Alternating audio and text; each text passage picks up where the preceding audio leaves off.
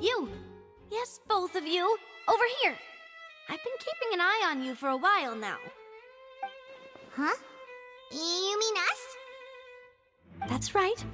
If I'm not mistaken, you're also among those who wish to cut down the thorns and pursue the truth. No? And by the looks of it, you're not from Fontaine. Well, you're right on the more about that one, but who are you?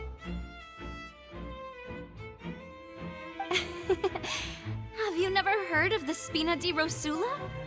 From mediating disputes and providing protection to solving conundrums, you name it, Spina di Rosula does it. And I, NAVIA, have the honor of being its renowned president. Though those who play by our rules call me boss. I'm Silver, her attendant. Pleased to meet you. And I'm Melus. Demoiselle's various daily needs and affairs are under my purview. Huh? Boss? Demoiselle? What gives with the names? Well, I am the second generation president. Melus and the others are still used to my previous title. My apologies, Demoiselle. Should you prefer, boss, I will endeavor to use that instead. No need. You don't have to call me boss. Just Navia is fine. Okay, if you say so. Not that we're members of Spina di Rosula anyway. All merely trifling details. Never mind. Now, back to the situation at hand. That's right.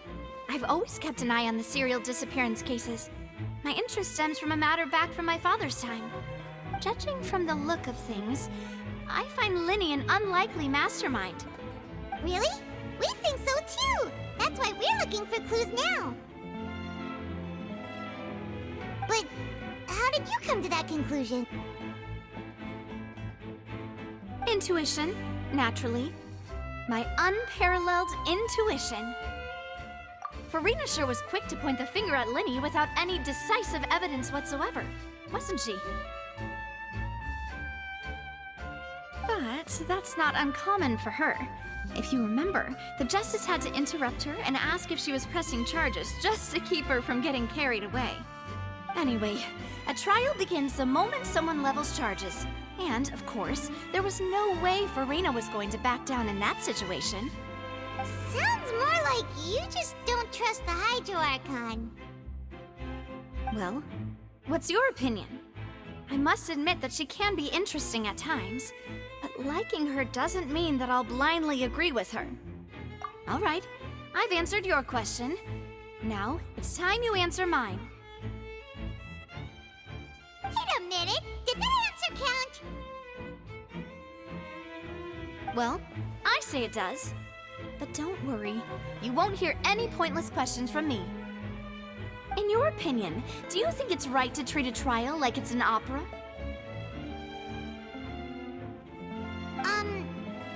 Well? And why would that be? See, Silver and Melus? I told you they'd be different.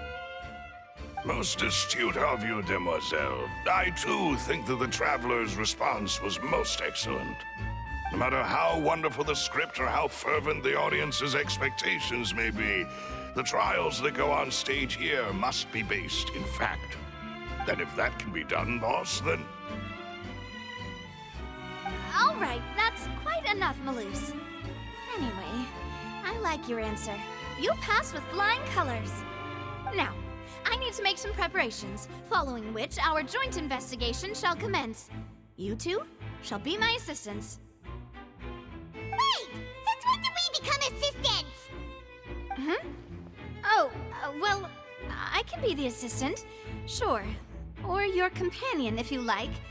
I'm really not that fussy. That's more like it.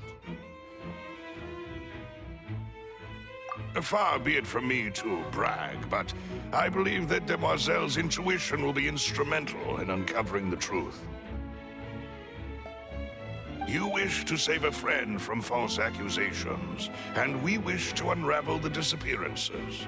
In this sense, our goals are aligned. You have a point. Huh. You're quite the talker, aren't you, mister? And what about you over there?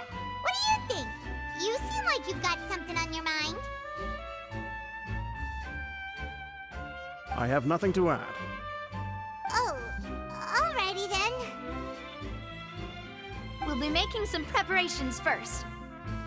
Just be sure to let us know if they start revealing Linny's tricks. Thanks!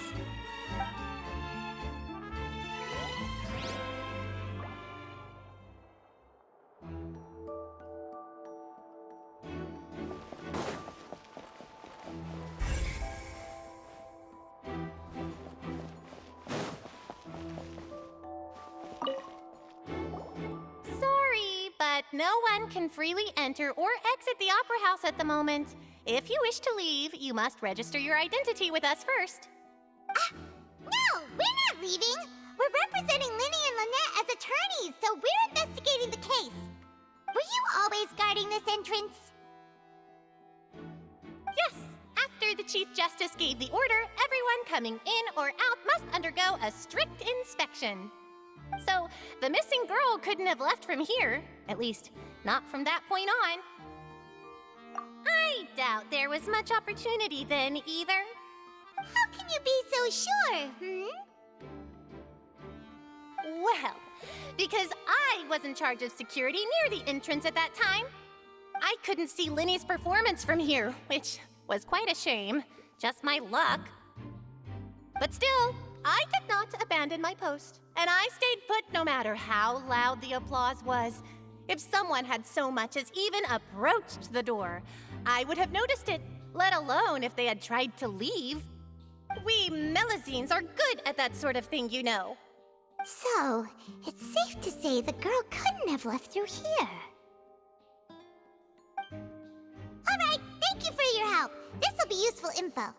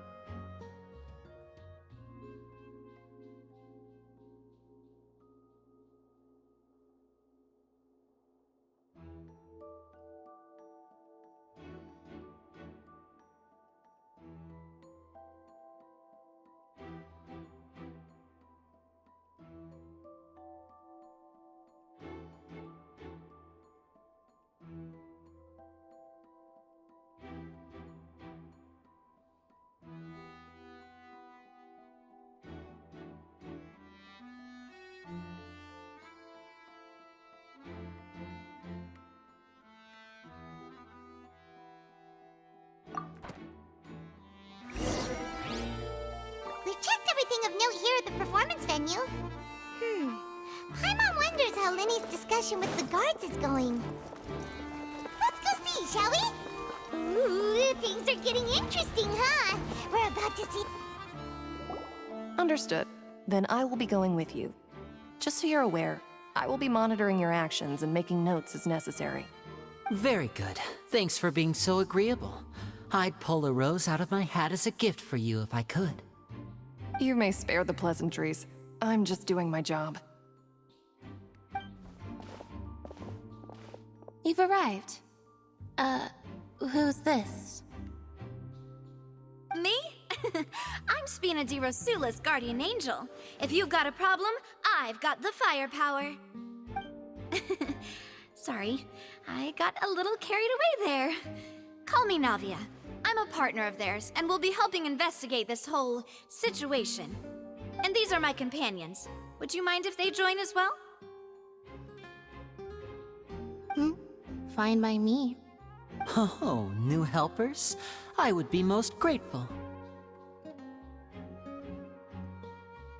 Well, let's just say we're tagging along.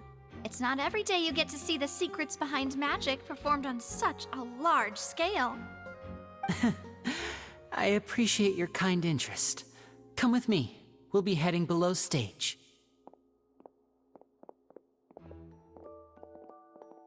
Huh? Below stage? Yes, a world of secrets is hidden beneath this magic box, prepared specifically for this switcheroo trick. But before I reveal everything, you should have a look first. Notice anything strange here?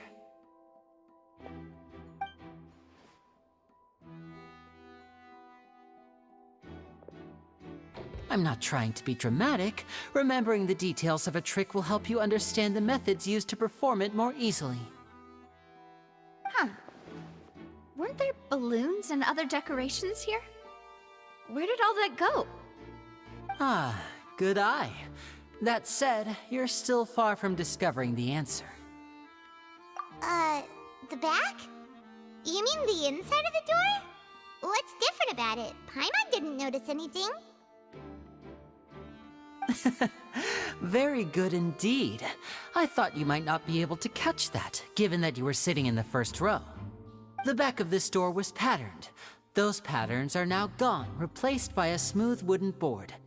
So, if you put 2 and 2 together, what do you get? Exactly. All right, let's go. I'll tell you how it works as we head down.